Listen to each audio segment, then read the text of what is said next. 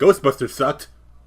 Oh, thank you. Oh, thank God. Wait. I thought this was going to be dividing our friendship right now. Is that how we're just going to start things? Yeah.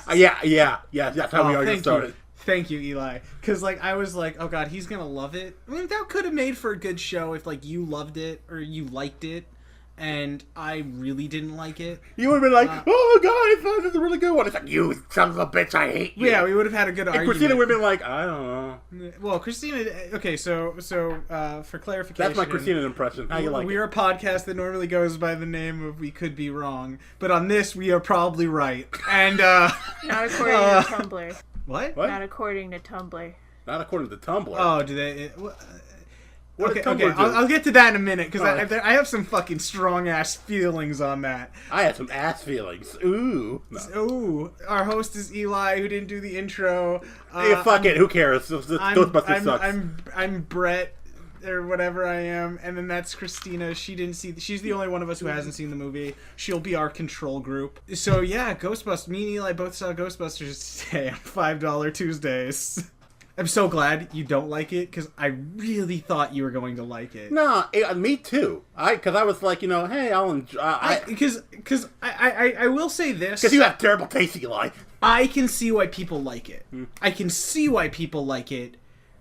I just think they're fucking wrong. No, it's like, the thing it's like, I see why people like it, and like, I think that's why I don't like it. I feel like it's a little too easy. It felt like it was trying... Yeah, and it is also like, it's a modern comedy using a classic movie as a skin. Yeah, that's what it felt like. It felt like the whole movie was going like, hey, you remember that good movie that you saw like a long time ago? And I was thinking, yeah, how come I'm not watching that now? I kind of hate, like... Me and you talked about this last night, about how, like, both sides... We normally hate the both sides argument, because we think it's, like, mentally easy to just say, both sides of the argument are bad! And thanks, Doug Walker. Yeah, and it is a really easy argument, but with it's not even an argument, it's a faux argument. It's something that people put up with, like... For this, we put up, like... No, both sides of this argument are just fucking insane. Like, because you've got, like, the people who are, like, wishing death on Leslie Jones. And before we go any farther, my vote for terrible. Only person who I was like, you did great in this movie and I want to see you in everything, was Leslie Jones. She was the only one who I was like, I like you in this. Everyone else, I was like, you are fucking awful. It sounded like it felt so bland and kind of manipulative, like, this is the character you should like, or this is the character Holtzman, you should think is everyone's cool. Like, Holtzman, oh my god, that feeling when you Holtzman, and I'm just like, dude, she feels but can we come to the consensus that she does look cute? She's a very attractive woman, but which one is this? She has... There's no character arc. That's the blonde. Kate McKinnon. Okay, here's the thing. Like, I realized, like, when I'm driving away from home, I was like, I don't remember the names of the characters. The only one I remembered was Patty. Okay, yeah. It was Patty, Holtzman, and no one else. Patty, Holtzman, yeah. Oh, I think her name was Abby, Melissa McCarthy's character. I think it was Abby. Mm-hmm.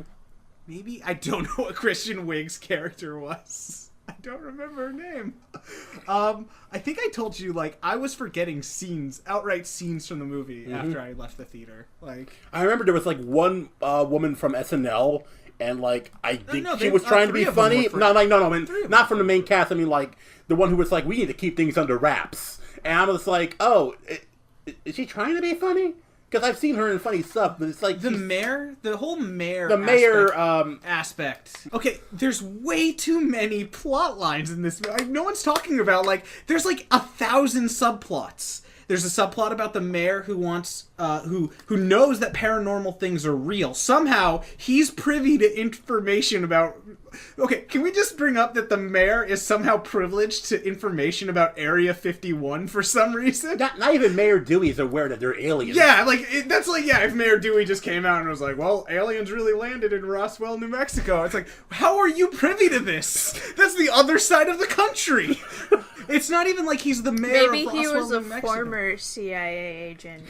He's the mayor of America. He's the mayor, and so he's privy to everything, apparently. Yeah. And he's like, ghosts are real. We've known this. But we can't let you tell people because mass hysteria. That's something that really bad screenwriters like, right? Cats and dogs living together. It's madness. Yeah. No, but at least in, like, the original Ghostbusters, it was the EPA, and there was, like, legitimate reasons. Like, not Venkman, Egon was like, oh yeah, we have a nuclear reactor in our basement. And the EPA guy is like, you can't have a nuclear reactor in your basement. And that's the whole crux of the issue with the EPA, is they have a nuclear reactor, and so they shut it down, the nuclear reactor goes off, lets out all the ghosts, that leads to the, thrilling conclusion of the movie. In this movie, the thing that, it's just, there's so much wrong with this movie. I know we say, SNL, I know it starts SNL cast, but it feels like an SNL sketch that was stretched on way too long.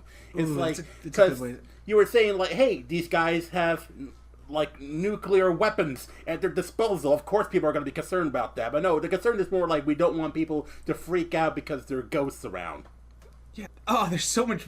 I really can't get over how many plot lines. So I just want to go through all the little, plot lines. Can I say something first of all? It's the Bill Murray cameo and all the other... Oh, it was so bad. It was so unnecessary, too. Yeah, I was thinking, why wasn't he, a main thing that went on to the movie? Why didn't bring him up?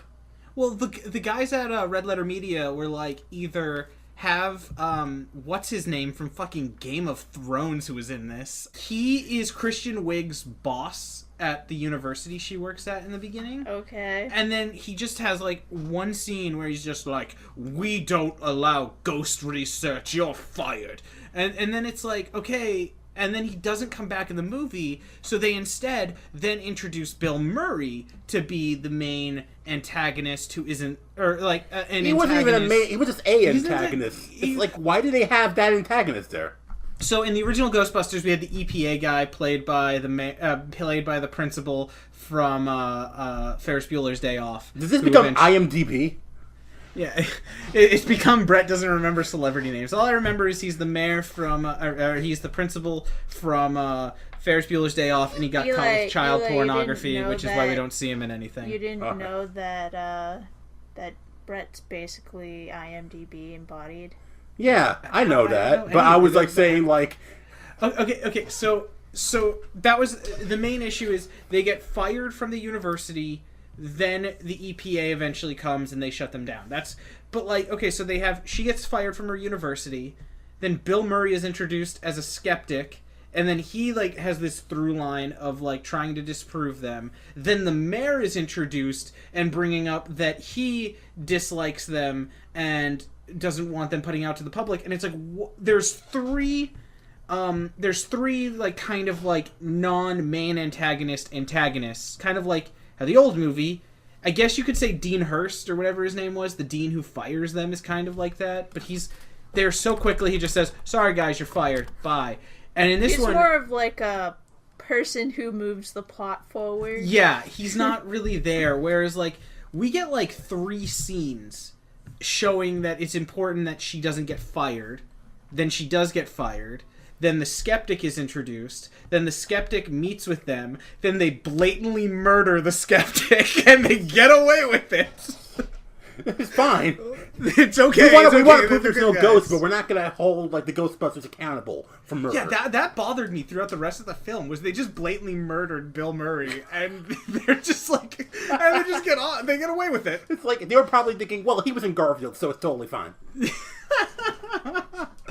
So they accidentally throw it's kind of like manslaughter, but technically manslaughter is still a crime because Christian Wiig, again, other plot lines, Christian Wiig has this thing where she needs to prove that what she's doing is real with ghosts because a ghost once scared her as a child and she needs to prove that ghosts are real.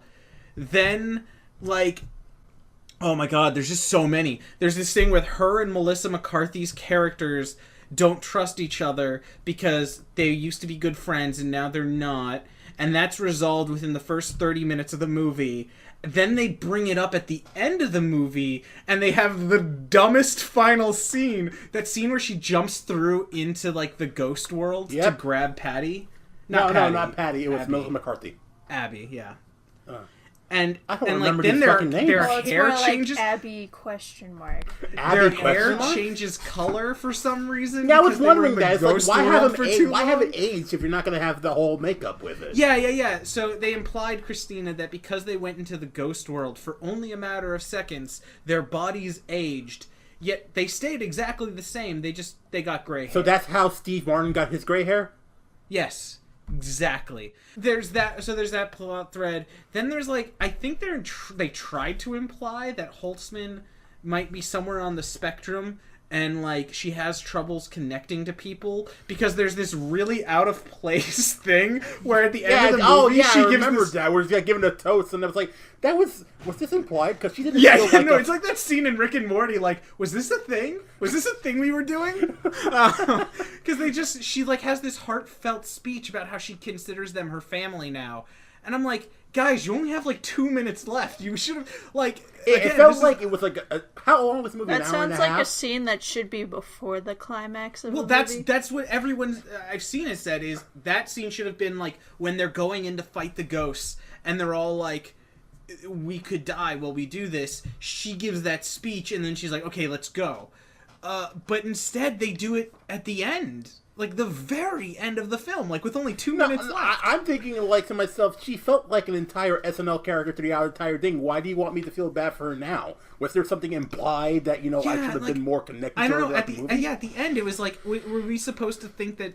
Because I see there were certain parts of the movie that felt like, it went too long, and people were like, "Oh, we want to shorten this down because people's attention spans are going to get like make this distracted. We can't have like almost 2 hours of this." It felt like if it was a bit longer, it'd make a bit more sense. Because there's a part where Kristen Wiig, right where they're having the big 30 minutes fight, Kristen Wiig goes to the Ghostbusters, and they're like, "Oh wow, I'm glad that you're back." And I was thinking, like, she didn't leave you guys. She just woke up on the other side. Like, her apartment is on the other side of town, so it took her a while to get there.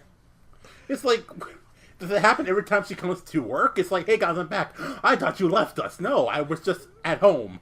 Yeah, I kind of wondered that, because I went to the bathroom at that point, and I came back, and I was like, in that minute I was in the bathroom, was there a falling out between her and Melissa McCarthy's character? I was there the whole time. There was no falling out, and I was thinking, did I miss that scene? Like this... I feel like this also has kind of an issue with like the new Star Trek movies have, where the cameos and the references ruin the movie, and most of the time they use them. Mm-hmm. The Stay Puft Marshmallow Man was fucking awful. Yeah, it looked terrible. It was so unnecessary. It looked terrible in the trailers. Well, no, what you're seeing in the trailer... Well, no, it is in the trailers. Then there's another... They do 2 Stay Puft Marshmallow Mans. Like, if they were like... If one wasn't enough, we're going to do another one. So they do 2 Stay Puft Marshmallow Mans, and both of them look awful. Oh, like they both look terrible. The original one looked a lot better, and that was back in the 80s. Yeah, well, because that was a miniature. And I you know me, I hate people who are like, miniatures and real effects were better. But seriously, miniatures and real effects looked better because it gave these things that are supposed to be incorporeal and ghostly. Wow, Bret, big word there. It gave them a sense that... Ghostly. Yeah, ghostly. They ghost with the boo things. It gave them a sense of actually feeling like they belonged in that world. Whereas here, it's like the ghost looks like a ghost because it looks like some dude in fucking Silicon Valley fucking programmed this for 8 hours. Mm-hmm. I ain't programmed no ghost. Yeah, I think from what I've seen from the trailer, it looks like it's a very colorful movie, but some of the ghost effects... They really needed to tone down some of the greens. Did you really like the color blue? Okay, I think the blue worked. Well, blue's a little less abrasive on your eyes. The green was... It wasn't that. The green effects that they used on the ghosts made them... Like, everyone's bringing up the joke, oh, it looks like the Haunted Mansion, but it looks like the fucking Haunted Mansion. God, I don't think they could ever do... Yes. Oh. Well, just the ride in general too, because the ride uses. I don't know if you've ever been to Disneyland, or Christina. What's the one that I've been to? I've had happiness before, Bret. Disney World. Disney World. Although they both have one. One goes up and one goes down, though. Okay. Ladies. On the elevator. Nice job there, Eli. That ride uses a lot of green as a highlight color, and. So when the ghosts start using green as like a highlighting color for their edges, it's like that's the and Eli, the part where I was like, they needed a better art director. They did, and I heard that Paul Feig used real actors in areas like dressed up as ghosts, and then had people go in and put stuff over them, which is like, oh, okay, but it looks terrible.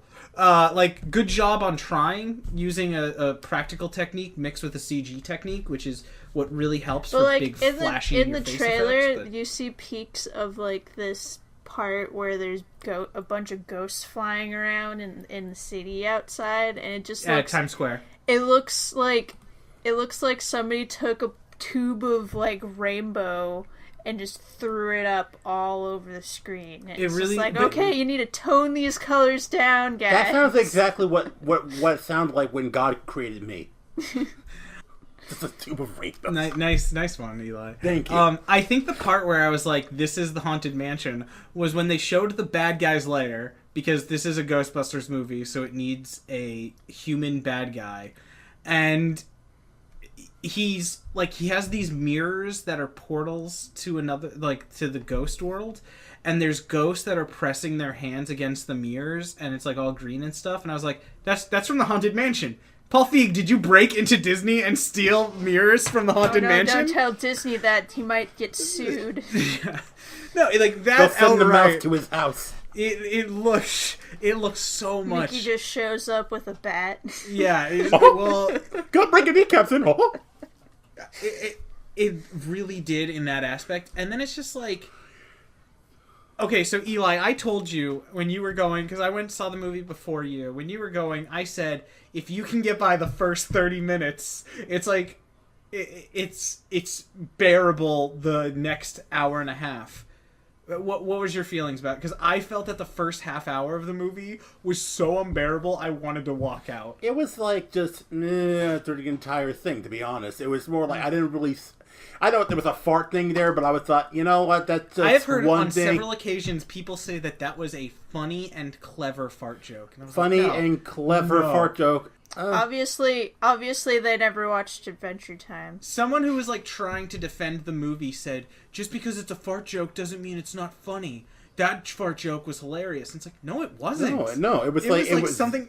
It like people get mad because... What was because the fart joke? Like they apparently recorded some ghost. Okay, so you know how like the ghost adventure bullshit shows your sister likes are like, oh, we have electro. She hasn't watched those in months, by the way. Okay, but you know how they're like, oh, we got a voice of a ghost on recording, so they're like, and it's like Holtzman and Melissa McCarthy's character trick Christian Wiig's character into listening to one of those, and they're like, get really close, you're gonna hear it, and then they're like, okay, here comes the ghost, and then it's just a fart, like a really loud wet fart, and then she's like, okay, a wet fart. Ooh. Yeah, and she's like, okay, haha, funny guys, great, and then Holtzman's like, does it make it any better that was from the front one? And it's just like, oh, it's a queef joke, yay! Are you sure? Feminism is saved. Bret, are you sure you're not biased because you don't like queefs? No, I honestly don't I think care. You have some bias, Bret. Oh, yeah. He's part queef.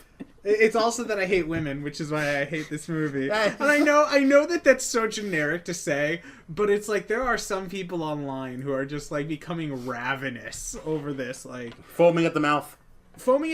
Like I've seen like people bitching nonstop about Red Letter Media's review. Well, and then there's the people on the other side that fucking like we said actress. earlier, like both sides of this are fucking terrifying. You've got one side that's like, hey, you know what'd be cool? Let's lead a death threat campaign against one of the stars of the movie. And then you've got the other side, which is like, hey, anyone who doesn't like it is a raging sexist. Let's call him out. And then it's like, I see, like, people who I generally consider smart people saying that this is an important film that's going to go down in the analogs of history, and it's like, what the fuck were you watching? This movie is not going to be there in the history books. It's not going to be like an open shut. Like, this is when feminists really started. Like, I just don't know what's the point. Like, okay, people are getting mad that a lot of critics are calling this Ghostbusters Pixels, or Pixels 2. The first half hour is a Pixels, like, cut from Pixels. You got a fart joke, then they spend I feel like it has something a little different from Pixels, and that's Adam Sandler's, like, I give up on life face. But Bill Murray's "I've given up on life" face is in here too. So okay, that's true. They didn't even bother shaving. Then they spend an unreasonable amount of time discussing if Jared from Silicon Valley shit his pants when he saw a ghost. Like, who's this? Okay, that was the guy that he called the. Jared from the first scene. So you know Jared from Silicon Valley? He's the really super nice, overly nice guy. Yeah, the what? Okay, yeah. He's the HR manager of Pied Piper. Used to be. Really, what happened? I don't think he's the HR manager. Maybe he is. I don't know. Got shot in one episode. Yeah. They went corporate, Bret. It's very complicated. Okay, so another thing that this movie does, and he's a perfect example of it, is it takes stuff from the original movie, and then for some reason they're like, people liked this scene from the movie, what if we made this scene 3 times longer? And it's like, oh, okay, that's not how things work. So remember, we were just watching Ghostbusters this weekend, Christina, and kind of. You guys afraid of kind of. We watched like the first half, and there's of course the original scene with the librarian. And how long do you feel that scene went on for? Where either the first scene before credits, before the song, before the logo, where she's just walking through the library. I'd say like and she sees 3 or 5 minutes at the most. What if we took that scene and made it 15 minutes? That's a little excessive.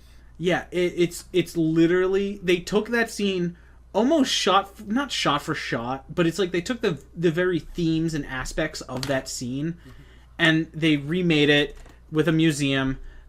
Jared from Silicon Valley is there, and then when he's reintroduced later in the movie, he keeps talking about how he didn't shit his pants, and then everyone's making fun of him for shitting his pants, and then they seriously keep bringing up that joke for the next 10 minutes. Jokes. And it's just like... well, if you saw a ghost, of course you're going to shit your pants. It's like there's no, you guys are ghost professionalists. They're not gonna laugh at someone. Bret, are you sure you're not biased against poop jokes? Oh, he's secretly a guy with pants in it. I'm secretly a guy with taste. You're against poop jokes. You're against art. Fart jokes. Eli, I want to know if you feel the same way. I feel like this is Ghostbusters if you had one of those proton packs that could just suck wit out of, like, a script. This is what Ghostbusters would be. Yeah, and one thing I don't like about, like, a lot of modern comedies is that it's clear that a lot of the comedians, they ad-lib, but they're not really good at ad-libbing. Yes. Especially in this scenario. It's like, I think the worst example of this would be, like, the movie Ricky Bobby, or okay. A lot of that was because you could easily tell what parts were ad-libbed, to the point where it's like, why didn't the director step in and go, shut the fuck up and stick to the script?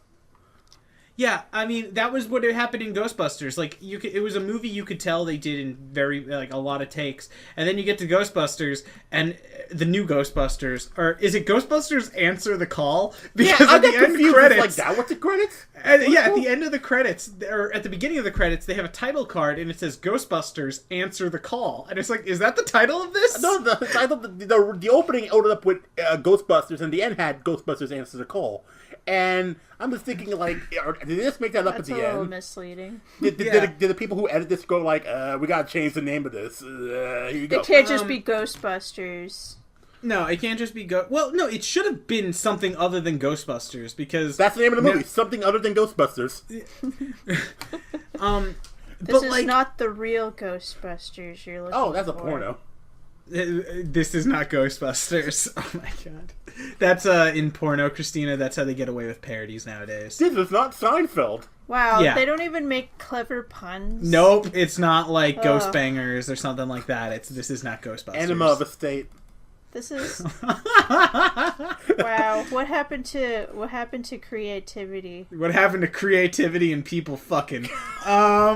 So they fuck with berets because it's art. Well, I feel like people still fuck. It's just they're a little less. Yeah, they're a little less creative about it. Okay, so getting back to Ghostbusters, I feel like one of the scenes where the whole them ad-libbing just was so blatantly obvious and it was so bad was when Patty gets them the car and she brings it, and I thought it would have just been good if it was like the scene from the trailer where she has the car and like, you didn't say the car was going to be a hearse. She's like, it's a Cadillac, and that's the take. That's what should have been used. That wasn't the take that was used. She's like, you get a car and you get a car, and like, are there dead bodies in the back? Oh, I don't know. I just wanted to see if it got gas. I just wanted you guys to like me. Why doesn't Holtzman check if there's a body? She likes dead bodies. Yeah, I can think of 3 good reasons to use a dead body. No, Holtzman, we have to bring the body back to the morgue. And I was just like, stop ad-libbing. None of you can do this right. It's like a freshman's class, improv class. Oh my god, yeah, it kind of was. Like they had to use the word hearse in the scene. Ready? Go. You know, it's just like you tell your friend you're gonna bring him to prom, and then you show up in a hearse. Go. It's a hearse. Oh, you get a car. Oh, is there a dead body in the back? Like, it's just. There was a lot of scenes like that where it was supposed to be like, I feel like, because that is Paul Feig's way of directing, but that kind of works when you're not doing a sci-fi action. No, Ghostbusters were never really action. You're doing more of a sci-fi comedy that doesn't really work as much as like it might work in, let's say, what's the name? Bridesmaids, where Bridesmaids is about a group of women who are being catty towards each other before the marriage of their friend. Mm-hmm. And while they're being catty to each other, they have to capture ghosts. Yeah. Oh my god, it's the sequel! And oh my god, I just want to say, like, there are so many bad renditions of that song. Yeah. No, like, I thought the trailer, like, when it had the piano one, that then turned into, like, that kind of, like, EDM remix. I was like, okay, I can dig this. But then when they did that rap called Who You Gonna Call, I was like, fuck this! I was like, hip-hop Ghostbusters, Who You Gonna Call? And I was just like, oh, fuck you! Ghostbusters are gonna pop a cap into those ghosts' ass. And then, so I said this earlier. A lot of the cameos I felt hurt the movie, kind of like what I feel with like Star Trek and Star Trek Into Darkness, the most recent ones. The cameos hurt it more than help it. I wanted to walk out of the theater with Dan Aykroyd's cameo because it was one of the worst cameos I've ever seen. At first, so the taxi pulls up, and I thought that was going to be like the scene in the original Ghostbusters where the taxi's being driven by a zombie. And it's like, okay, cool. I like that. That's a scene that terrified me as a kid. It was so creepy, and I love it. It's so cool. We're going to reference it. Nice. And then Dan Aykroyd, the big reveal is Dan Aykroyd's driving the taxi. Oh, okay. The movie only works if you're already familiar with the original Ghostbusters, and if you're familiar with the original Ghostbusters, then you're going to be like, "Why isn't this like as good as that?" Oh, then Dan Aykroyd's like, "Oh, I'm not going to drive you to Chinatown." She's like, "But there's ghosts everywhere," and he goes, "Lady, I ain't afraid of no ghosts." And then the song goes, like, "Oh, fuck you!" It's like, it feels like, hey, if I ended up hating that song at the end of the movie. I had to play music loud enough. It's like, I need to get that fucking song out of my head. Ernie Hudson's cameo might as well have just not happened, and the movie would have, like, it wouldn't have done anything to the movie. Yeah. He just shows up at the end, and he's Patty's uncle. Where's my car? Yeah. And then the music goes, like, yeah, and then there's the iris, and then it goes like, Ghostbusters will be right back after these messages.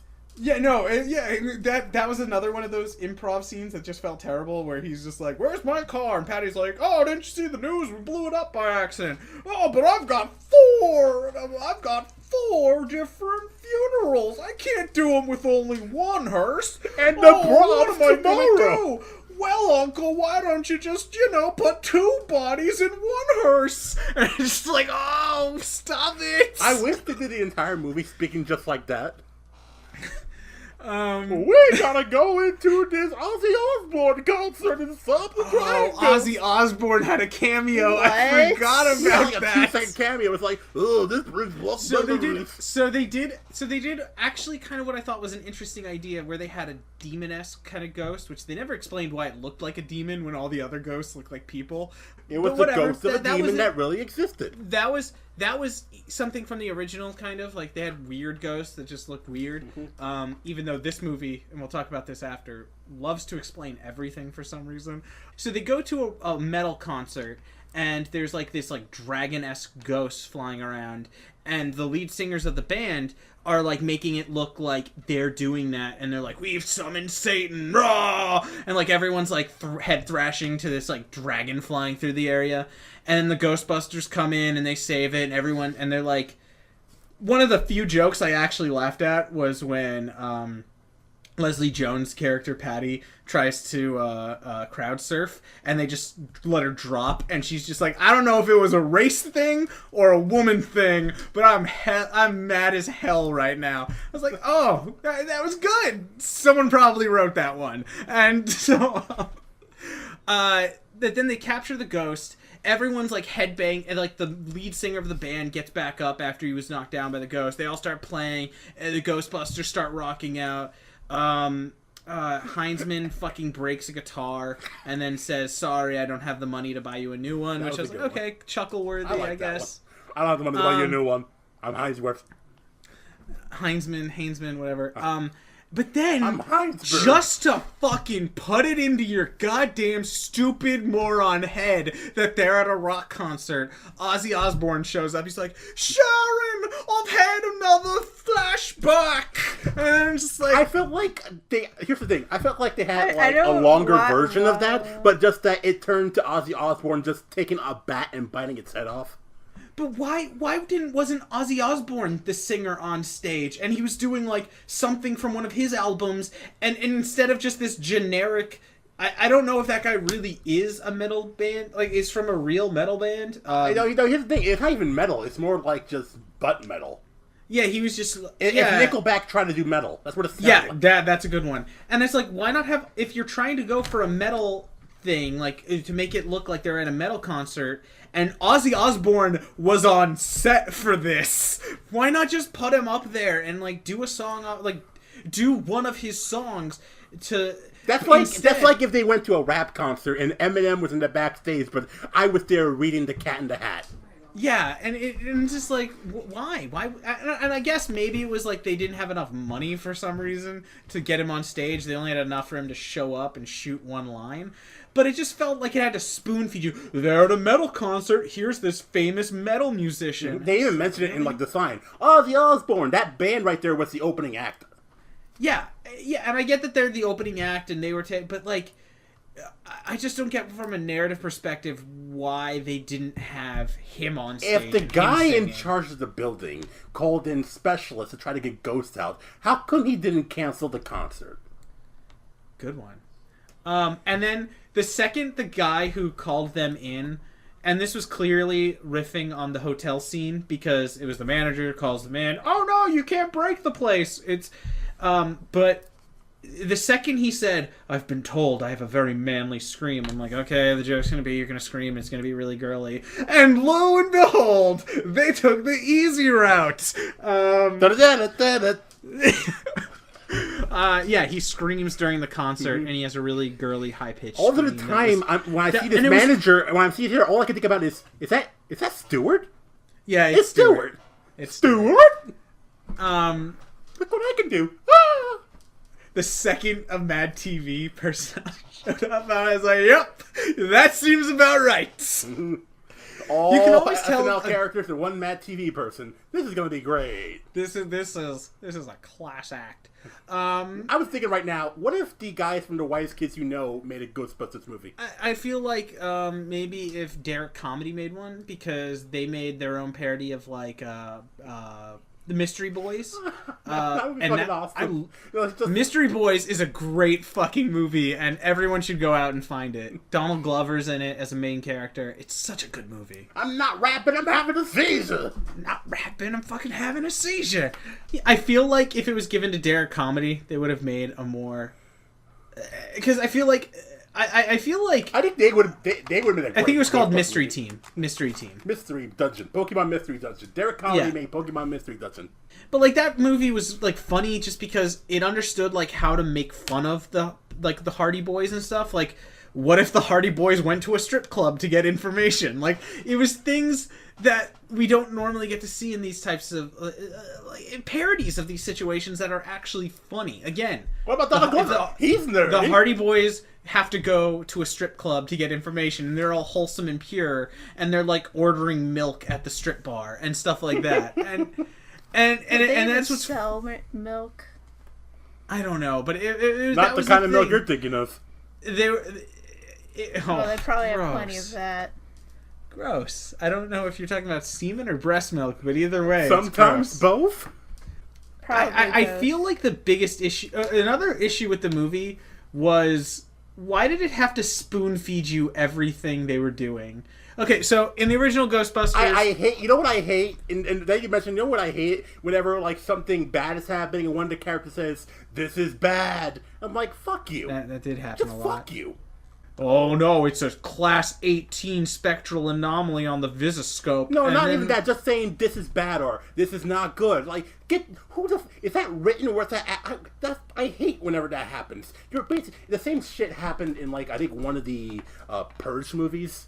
I fucking hate this scene. So, one of the 3 Purge movies, which just tells you the state of film right now. Yeah, so one of the Purge movies. It's the new Saw movie. Yeah, one of the Purge movies. Like, so the couple, they had to go get supplies at a place, and they're surrounded by a bunch of these people in masks getting ready for the Purge. Like, meh. And so they're like, "We gotta get out of here." So they drive off, and then suddenly their car stops in the middle of a bridge.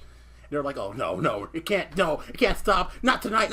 And so they get out, and they notice that there is a long line, like a gas line, right down there. It follows them all the way back there, and they notice that the gang that they were just saw at the place they stopped at, they're all right there at the end of the bridge. It looks like they're about to attack him as soon as the sun's down, and that would have been perfect. But then the 2 people said, "Are they responsible for that?" "Yeah, we gotta get running." "Yeah." And I'm like, why did you have to say that? We could tell that. We have eyes. It is a visual medium, you assholes. I mean, I think another thing is that there are 3 Egon Spanglers in this movie. Okay, so, like, if we were to say, like, who's who in this cast, 3 of them are Egon Spengler, and one of them is Ernie Hudson's Winston. Mm-hmm. Yeah, I was wondering, like, where is the Peter Venkman? Yeah, where's the Venkman? Like, where's the guy who... Okay, so there was Ray and Egon, then there was Peter and Winston. And, like, Ray and Egon were on the far... They knew a lot about science. Winston was a firefighter, I believe, and he didn't really know that much. And then Peter was in the middle, and he was the one who could translate to the audience in a very easy way by translating to Winston. And that was what was good about the movie, was you had this range, this spectrum of people who knew a lot about this stuff. Winston he knew more about just how to, like, deal with people and how to be a fireman. And the other 3 knew a lot about ghosts to varying different degrees, and then Peter was like their hype man. He's like, "Oh, think about it, Ray. We're gonna make a ton of money just off franchising this stuff." And which is just funny now looking back at that in retrospect. That the new one even opens up with a ad for what are called Ghost Core, which is like a part of Sony that is... Yeah, it's a new branch of Sony Films that was created just to deal with Ghostbusters stuff. Mm-hmm. Oh boy. Yeah, it's... Dude, okay. Speaking about that, how did you feel about the Sizzler I didn't bother to see the Sizzler. The stinger ends with, like, get ready for the Ghostbusters cinematic universe, and I was school. Yeah, there's a Zool reference. I remember you told me about that. Yeah, I told you, I heard about it yesterday, and then I saw it, and it's literally, they're all sitting around, they're doing their really bad ad-libbing where, like, Holtzman is making a new device called the Nutcracker, and they're like, why is it called the Nutcracker? Is it because it grabs the ghost's nuts? And then Holtzman's like, no, I just made it so that I could crush nuts. They're my favorite type of food, actually. And it's like, oh, wacky! And then Patty's like, hey, guys, I got something weird on this electro voice phenomenon. It's saying a name. You know this? It's called... And then they look at the camera and they're like, Zool. And then it's like, oh, fuck you. And then someone else walks in and just goes like, you know, from that movie.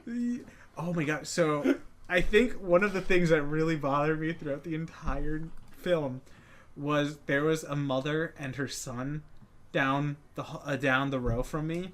And anytime there was a reference, she'd go, that's a reference to the original movie. I'll show it to you later. Oh, Zool was the bad guy in the first movie. Oh, that's the receptionist from the original movie, so it's funny that... Okay, first off, Annie Potts was the only good cameo in the entire film. I'm putting that to paper right now. Like, she was the only reference where I was like, that was fun. That was great. Annie Potts shows up as just the receptionist at a hotel. She's basically playing her character from the original movie, and that was the only time where joy entered my body for just the briefest of seconds. Who's this Joy guy?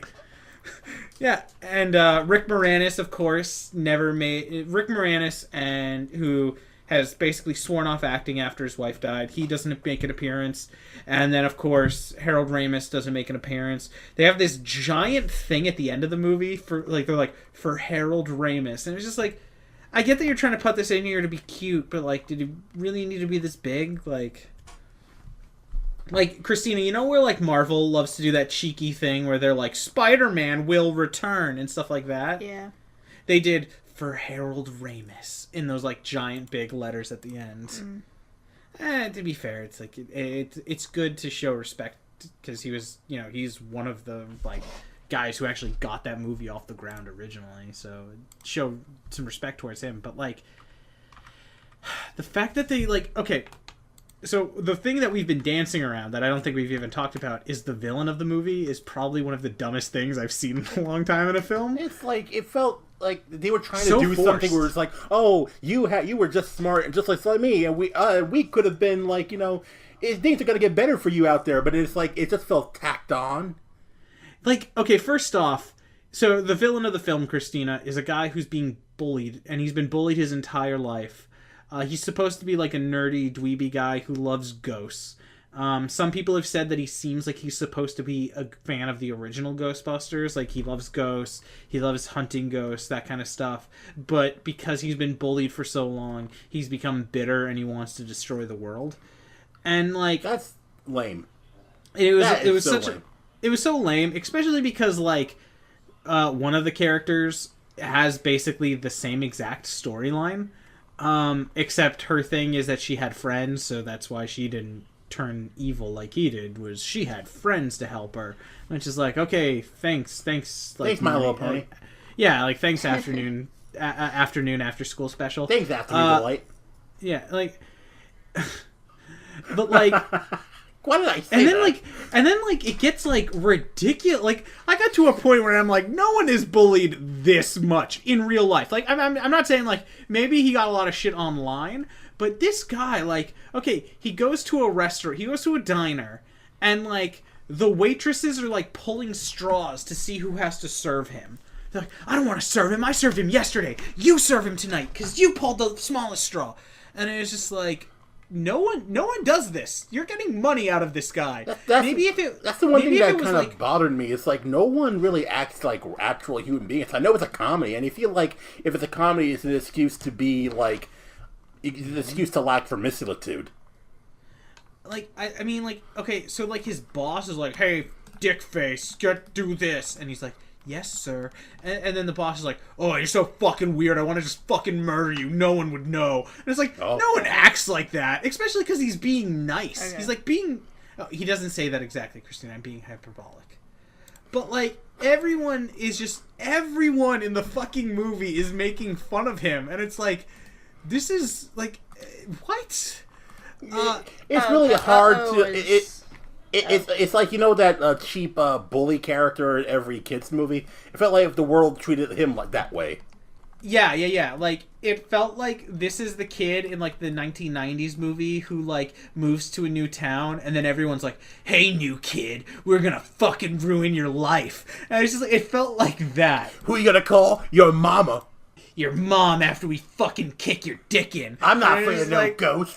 And it's just like, people are so uncharacteristically mean to this guy, and then we're supposed to think like, and then like, now I'm remembering another bad improv line where Patty not Patty. Yeah, that's what I was saying. It's like you can't even remember which character says what. I know Patty was Leslie. Abby.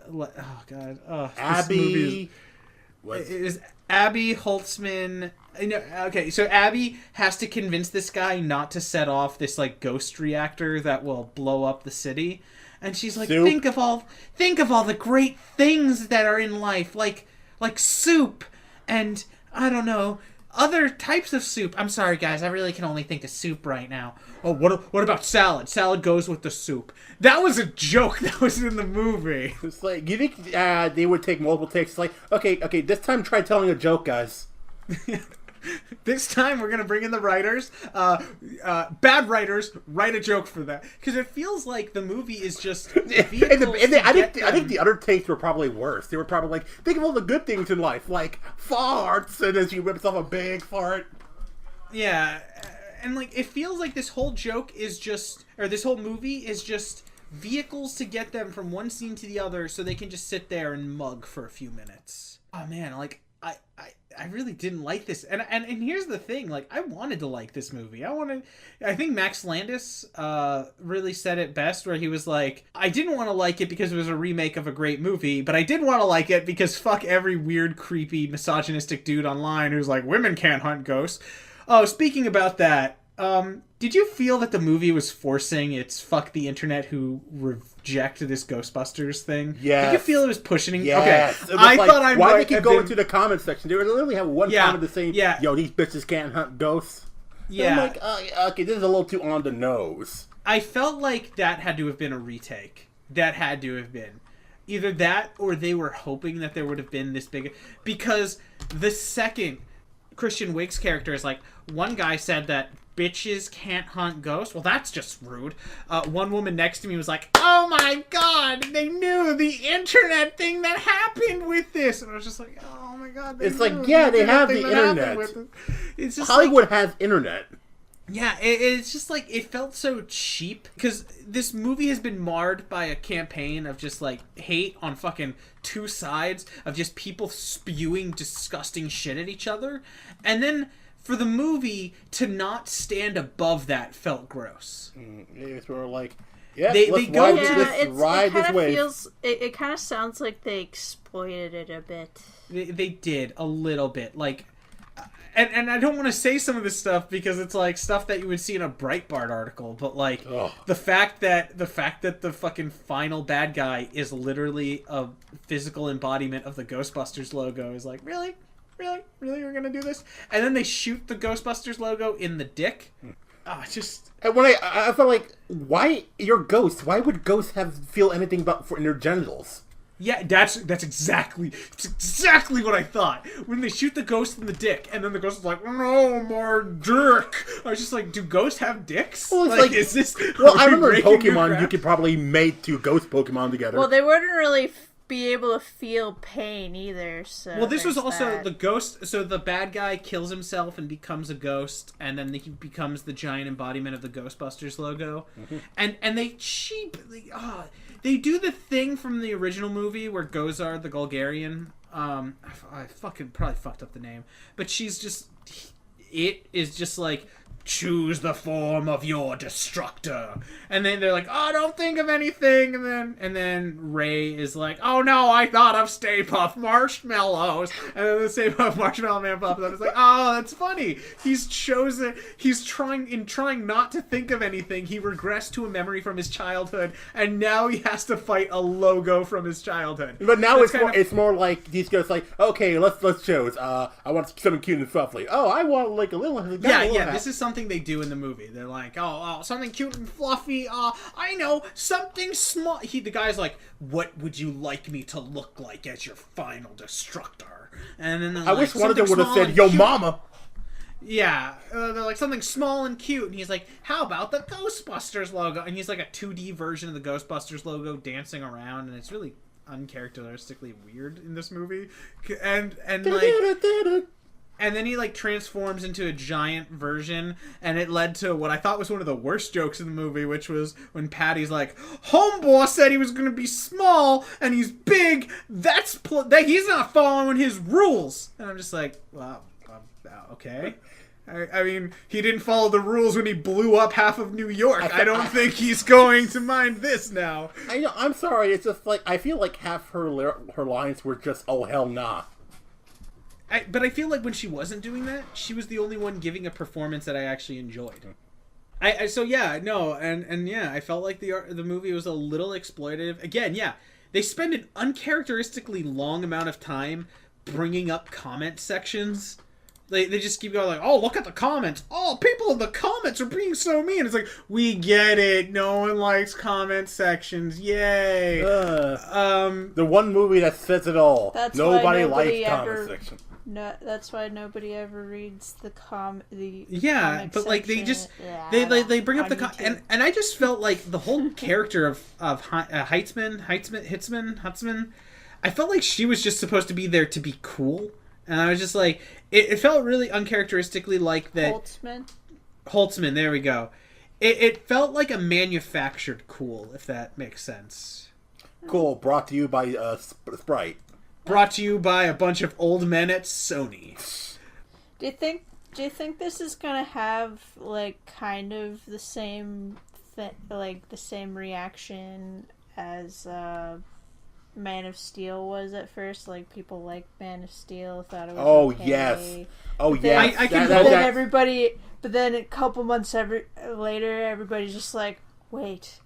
We actually said this movie was good. I don't want to say this because I feel it's gross and it's unfair to say this. I was talking about this with Eli last night, and I said there's a worry in my head that maybe some people really want to like this because they're really afraid. Because, like, I am too. Because the people who wanted to hate this movie before it even came out are fucking gross. Well, yeah. And so maybe some people wanted to like this movie, like what Max Landis said. He wanted to like it so that he could be like, yeah, fuck you, assholes on the internet. Mm-hmm. But I feel like at the end of the day, you have to remember, oh, wait, why do I care what this person has to say? But I feel like we shouldn't be reviewing the reviewer, because fuck that. Yeah, fuck that. Fuck reviewing the reviewer. It's fucking bullshit. I see it on both sides. People bitching about people who gave it a good review and people bitching about people who gave it a bad review. And it's like, fuck both of you. Like, fuck the idea. Don't review a reviewer.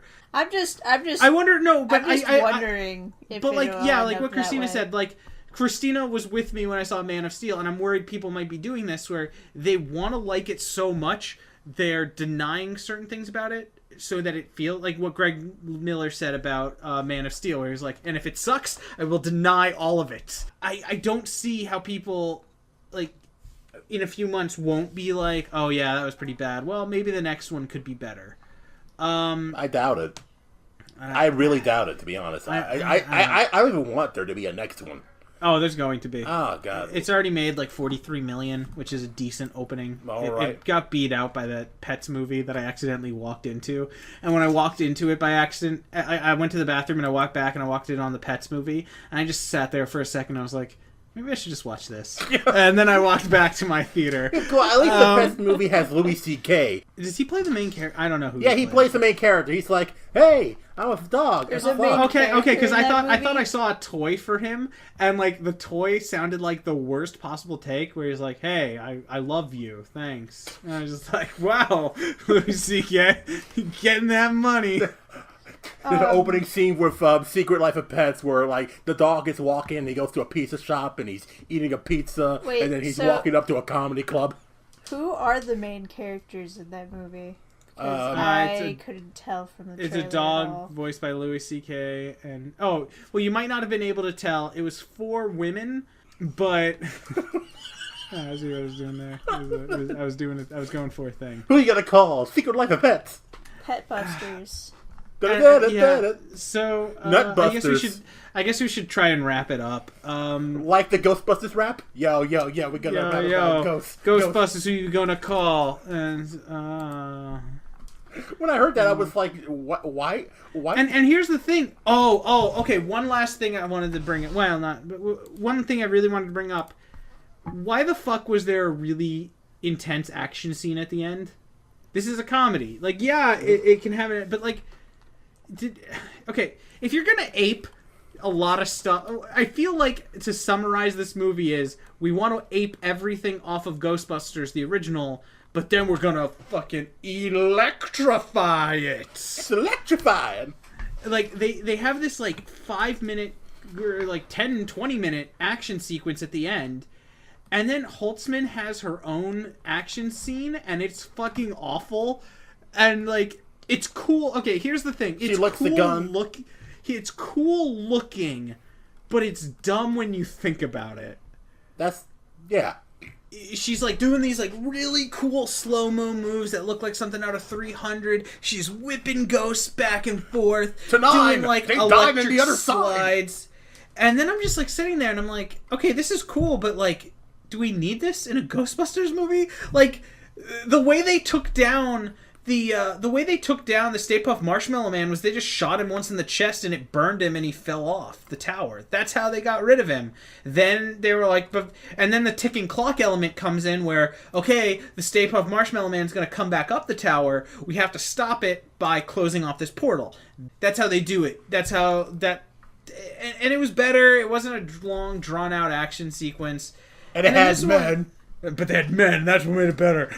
This one just, it had a lot going on at the end, to the point where I was like, it was during that action sequence that I just the ultimate conclusion of this movie is it is a modern movie, and it represents everything wrong with modern movies.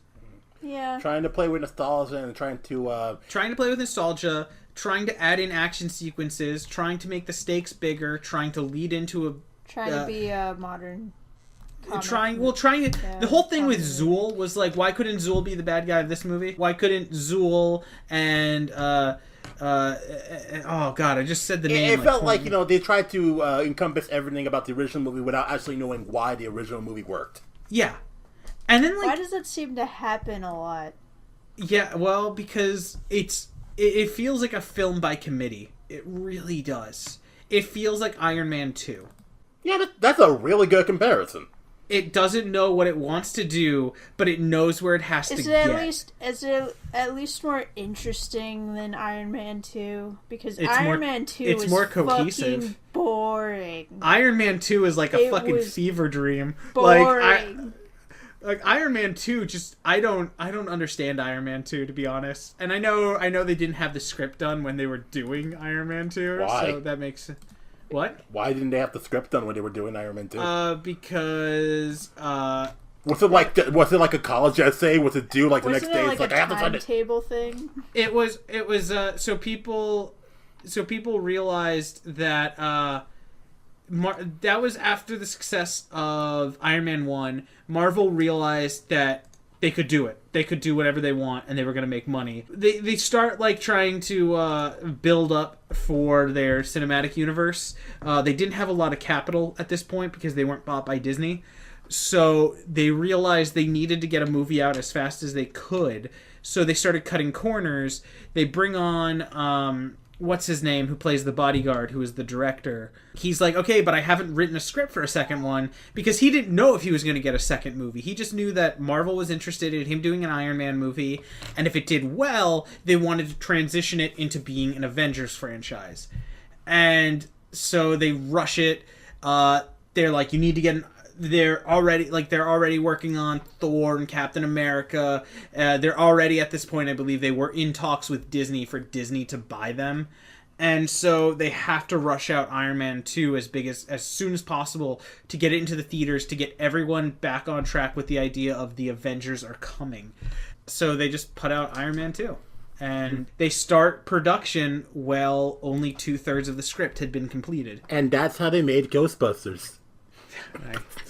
That really does kind of feel like that, because it felt like, how can we appease the most people at all time? And I think that what you're saying is just, I think that's another problem with comedies. It feels like it has to go just, I hate saying the lowest common denominator, because it feels like a dick thing to say and kind of a pompous thing to say too, but it does feel like that. It feels like, how do I try to go after, not so much poop jokes, the jokes, bark jokes, ba ba ba ba. There's a lot of that, and like I said, too much. That's the thing I have. It was too much. It felt like we're trying to do so many things at once. And it was but it's much. Like it, and I think the ultimate insult to me was that Gozer is the villain of the next movie, or it's the Thanos, and we're gonna have to wait 3 or 4 films to see it. And it's like, why? They have to assemble a team. Yeah, no, that's the issue with movies Avengers. now, is that we can't have one movie anymore. We have to have like 8 movies, spin-off, the bad guy's going to get a movie at one point, and it's just like, okay, could we have just gotten one good Ghostbusters movie and then worked from there? Mm-hmm. There's a movie coming out. Lord of the Rings. Yeah, there's a movie coming out this Friday called Don't Think Twice. Written and directed by Mike Birbiglia. It's about Mike Birbiglia. Why does that sound familiar? He's the guy who goes like, "Cracker, please, cracker." Oh, yeah, he's been on NPR a lot. Yeah, yeah.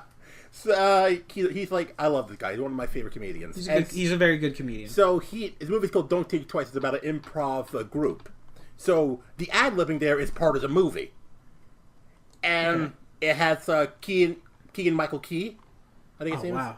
That's good. And Michael Birbiglia and other people whose names I don't remember. I would suggest, others. I would suggest if you want to see a comedy, go see that one instead of Ghostbusters. Because it has men in it. Because it has dudes. The penises flop out and they're like, dude, they got the fucking dicks. If you want to see something with real men in it, go watch gay porn.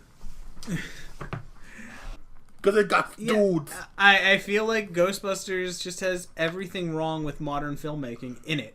And it's unnecessary action, terrible ad-libbing, a lot of the characters don't really sync. Too much plot points that don't even meld well with each other. The fucking Slimer subplot, which is like, what? And then there's I was wondering, why is Slimer there? Yeah, Slimer's there because at the end of the movie, they need to have someone drive the Ecto-1 into this portal so that they can blow it up, because the Ecto-1 has a nuclear reactor on top. Okay.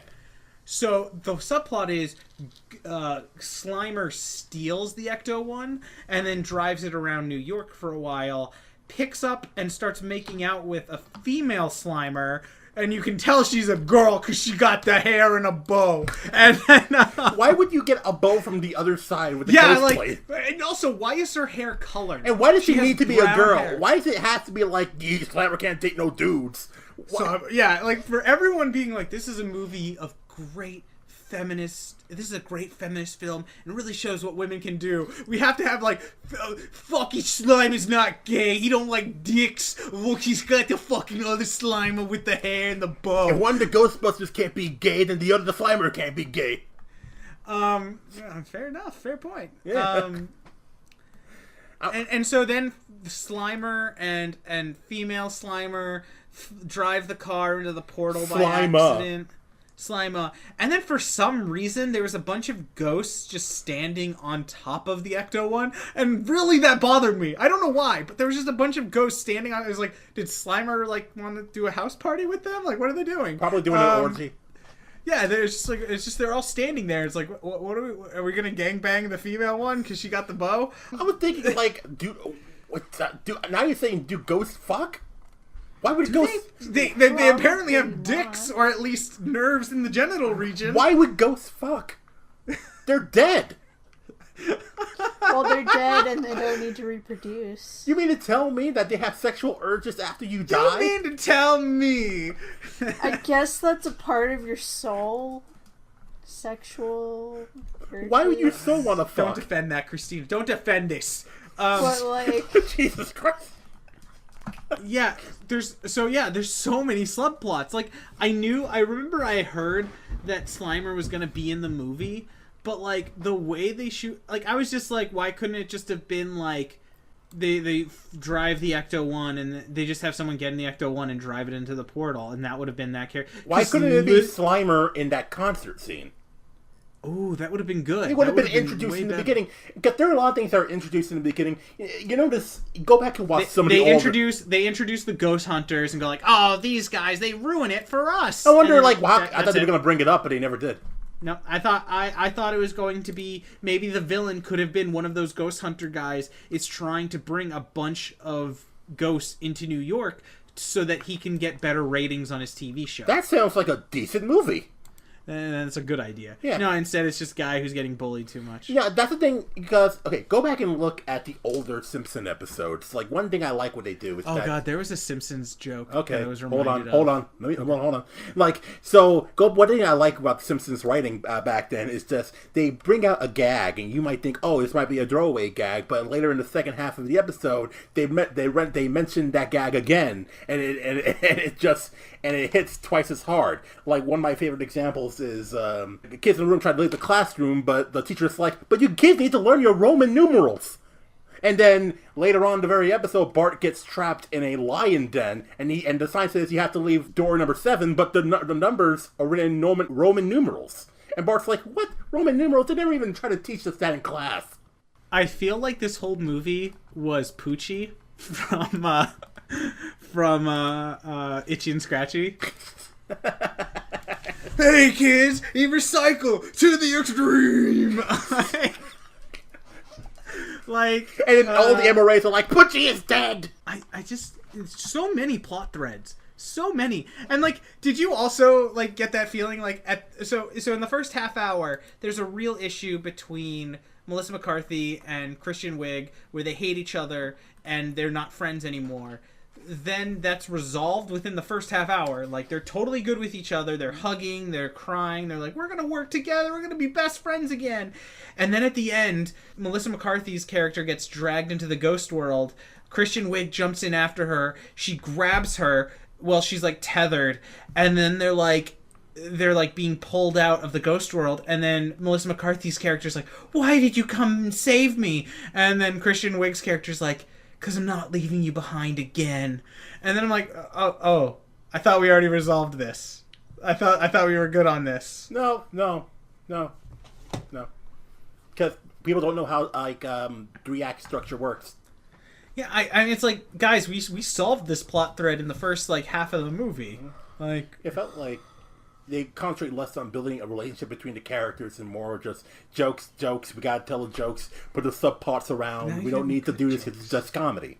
I feel that sometimes. I feel like the reason why a lot of people watch shit comedies nowadays, there's this big mindset of it's just a comedy. Who gives a shit? Yeah, and I was talking about this with you last night, where I was just saying like, I feel like there's no trust in comedies anymore. Because comedies have now become, like you just said, which was perfect, which is, it's a dumb comedy, who gives a shit, and someone's yelling at Christina's house. Oh, no, that's my house. Oh, wow. Christina, congratulations. Everybody went to bed. Because you killed them. Everyone went to bed permanently. Now I'm gonna hunt for ghosts. Also, speaking about killing people while they sleep, why did they have to explain the ghost's origin in the first scene? I mean, I get it, but like, they didn't have to explain. I guess it's fine because it was a museum tour. You wouldn't. If they were gonna bring that back up later on, wouldn't wouldn't you make more sense? Yeah, that's the thing. I guess they bring up something, but there's no real reason why they have to bring it up. It didn't factor that into the character. So Christina, the ghost in the beginning of the movie, is a girl who murdered murdered all of the servants in her house, and then her father locked her in the basement. And yet that part of her character doesn't okay, so the ghost in the original Ghostbusters, the librarian ghost, her backstory, which you can actually find out through the video game, is that she was a librarian. She was murdered in the library, and because all she ever wanted to be in life was a good librarian, her ghost was tied to the library. Even without knowing that, you can kind of tell from what her character acts like in the movie. Although a good librarian wouldn't throw all those Dewey Decimal cards everywhere, though. You don't know that. How many libraries have you gone to, Christina? That's just messy. But we had stuff where she was stacking the books in neat piles. She shushed Venkman when he was talking to her. In this one, they're like, she murdered everyone. So what does she do when she comes and she meets with the Ghostbusters? She throws up on one of them. Of course. Because when you murder people, your dream is to be the best throw-upper ever. Like, what would have been maybe funny was, like, maybe they're trying to go to bed. Like that scene in the original where, Ray gets the ghost blowjob. And yeah, that's something that bothered me. How come there was no ghost blowjobs in this movie? Yeah, okay, first off, the lack of ghost blowjobs is disturbing. But everyone goes, like, whenever you say that this movie is lowbrow, everyone goes, there was a ghost blowjob in the original. And you can just respond to that with easily, yeah, but this is what Red Letter Media said. It's very quick. You see Peter's belt pop open, then you just see him go cross-eyed. Oh, ha, ha, ha. As a kid, I didn't even get what that was. I thought the ghost was, like, punched him in the balls or something. But then he did. You know what doesn't happen in that scene? Ray doesn't get his, like, pants taken off. The ghost starts giving a blowjob. He's like, oh, but my diarrhea! And then just shits everywhere. Because that's what this movie would have done. That was a deleted scene. Yeah. What would have been funny was, so to riff off of that original scene, they're all going to bed in the Ghostbusters area, or at their houses, and then... Good night, guys! I'm not afraid of any ghosts! The ghost of that girl comes in to try and stab them, but they are just like, gotcha! And then they all just pop out and get her. And that's like a funny little, like, oh, she killed servants during her sleep. She's trying to kill one of them. That would have at least been, like, a little funny and a little bit of a throwback. But, like, instead, she just shows up at the end of the movie during the action scene where Holtzman is, like, killing ghosts. Oh, she did? Like, I didn't even notice her. Yeah, she was there. She was there. She was one of the ghosts. That's the bad thing. You bring it up and then you bring her back, but you barely even notice her. Why her and the ghost of that prisoner who was killed, who could shoot electricity, they both show up at the end for that action sequence. Yeah, like, I forgot that they were even there. I didn't even notice that they were there. They were both there. It's like there was no even like suddenly like, oh yes, our comeuppance, we're gonna finally cut this through. Like, this movie's there sloppy. Wasn't even Kristen Wiig going like, that's for throwing up on me. She just kind of gave a look when she like killed that ghost. She's like, yeah, fuck you. I ain't afraid of no ghost. And then the flying ghost also came back for that scene when Patty kills him with like what looked with a weapon so overpowered they had to do a throwaway line to show that it was broken. Why did he break it though? Why even bother having? They broke it because it was clearly like, why not just use that on every ghost? She had this thing they called the ecto. In that case, why even have it? Yeah, it's clearly a why do you have this? It was a thing that could create a vortex in front of it that would suck in the ghost and then rip all of the pieces of the ghost apart and shoot them out as slime behind it. And it was so powerful, it killed a giant ghost that someone on the writing staff was like, oh shit, if she keeps this, why don't you just use this on every ghost? Sounds like what they did in The Order. That sounds like... Oh, yeah, exactly. That weapon sounds exactly like Bill Murray's cameo. Oh, like they didn't know what to do with it, so they just killed it? Yeah. Did you even get what was supposed to be going on with Sigourney Weaver's cameo? No. Like, she just shows up as Holtzman's mentor, and then they're like, this is unstable. And then Holtzman's like, yeah, it is. And then they high-five, and she's like, I do not prefer high-fives. So why did you high-five? And it's like, why do you high-five? And they're laughing about something being unstable. I'm like, what? Is this jokes? I was wondering, and I'm looking at this, it's like, is there something I should have known before Like, well, this woman next to me had to keep explaining these references to her son, and it's like, if the movie can't stand on its own without referencing something else, then it is not doing its job. If this mother had to explain to her son every time, and Ernie Hudson, the only one in the movie who made sense was Annie Potts and Bill Murray, because Bill Murray actually has a reason for being in the movie, even though it's a shitty one. There's a reason he's there. And Ernie Hudson, Dan Aykroyd, and Sigourney Weaver makes no sense why they're there, other than to just be like, oh, they were in the other movies. They're trying to pull off the cameos from the Muppets. If you already got the original actors there, why not just have it star them? Well, you know what I was thinking? Because they didn't have enough money. Missed opportunity of the fucking decade. There's the part where the mayor's like, you think that people are going to remember you in a few months? Things get forgotten about all the time. After that scene, we have they're like, well, what do we do? Introduce the old Ghostbusters. Over time, people forgot about them. I mean, you have to rewrite a lot of stuff. They wouldn't be called the Ghostbusters. Maybe they'd still, and then this is what gives them the name. But, like they go back, they're like, oh, no, people will forget about us. How do we make people... And then they go back to their Chinese restaurant, and there's Bill Murray, Ray... so Venkman, Ray, Winston, Annie Potts, Sigourney Weaver, they're all there, and they just explain to them what the Ghostbusters were and how, over time, people forgot about the Ghostbusters. Because remember, in Ghostbusters 2, one of the plot threads was everyone's forgotten about the Ghostbusters. People would have... one of the jokes in the beginning of the movie was kids would rather play with He-Man than play with Ghostbusters. Why not just use that? The mayor says very definitively, everyone will forget about you soon. Have the old Ghostbusters come in and be like, you have to keep doing this because we did it. We saved the world, and here's this thing called Zool, and we stopped it. And it would have at least been better. Mm-hmm. It would have been weird, but it would have been better than what they did. You would have had that one cameo where everyone's involved. It's like, hey, it's like someone handing down the torch. Yeah, it's not like that Star Wars movie that did exactly that. Didn't make a fucking river of money. Mm-hmm. So I think we should both... What's your general summary of the movie? Me? Yes. What do you feel? I feel like, just like if... Like they said in Ghostbusters 2, I'm going to forget about this movie in a couple of weeks. Yep. It's ridiculous. I don't really see... It very much is Ghostbusters 2. It is, let's do the original and then try to change things, but none of the things we change work. We were talking about this earlier, like a bunch of people, they like to crowd around this as if it's like the definitive thing that's going to change everything. But at the end of the day, it has to realize, like, this movie's terrible. The movie sucks, and it's okay to say that, because when you say a movie sucks, it's not going to be the end of everything. It's not. That doesn't mean like every single asshole out there is right. Yeah, it doesn't mean that the people who were shitty about this were right. It just means that it's not a decent movie. I mean, you can never tell them that because they'll never listen to you. But well, here's the thing. Who cares? Here's the thing. It's just like those shitty people. They believe that if a movie is good or bad, that's suddenly the turning point of everything. And if you play by their rules, you're gonna just end up justifying them when you're not. Their lives hinge on what they think are these stupid fucking culture wars. Mm-hmm. And if you give into that, you just give them the power to think that that's something that works. Yeah, you're being part of the problem.